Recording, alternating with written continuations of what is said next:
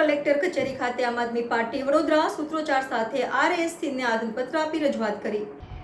ગુજરાતમાં દર વર્ષે ભાજપ પ્રવેશોત્સવ અને ગુણોત્સવ જેવા તાઇફાઓ કરીને પ્રચાર કરે છે, પણ સમગ્ર ગુજરાતમાં સરકારી શાળાઓની સ્થિતિ સુધારવામાં રસ લેતી નથી। શિક્ષકોની ઘટ વચ્ચે જુદા જુદા ઉત્સવો અને ચૂંટણીલક્ષી કામગીરીમાં સતત શિક્ષકોને વ્યસ્ત રાખી બાળકોના ભવિષ્ય સાથે આ ભ્રષ્ટ સરકાર ચેડા કરી રહી છે।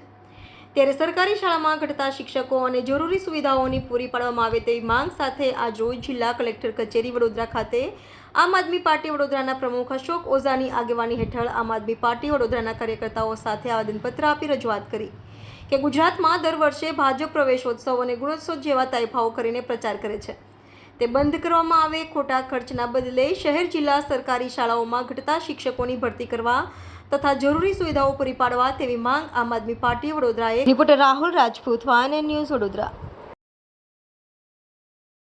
અમે કલેક્ટરશ્રીને આવેદનપત્ર આપવા આવ્યા છીએ કે જે બરોડાની શાળાઓ જે હવે બહુ ઓછી સંખ્યામાં રહી છે, લગભગ બધી બંધ જ કરી દેવામાં આવી છે સરકાર તરફથી, અને સરકારી શાળાઓ જે 2, 5, 10 હોય તેમાં બી જર્જરિત અવસ્થામાં શાળાઓ છે।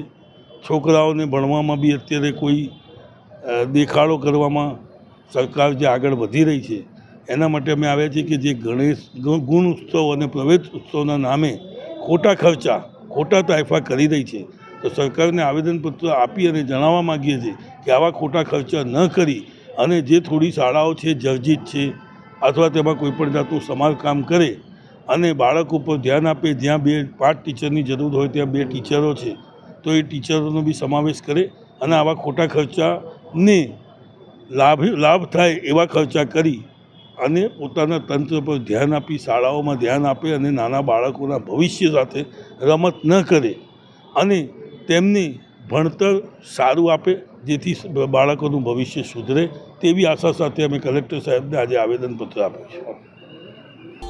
Subscribe now and press the bell icon.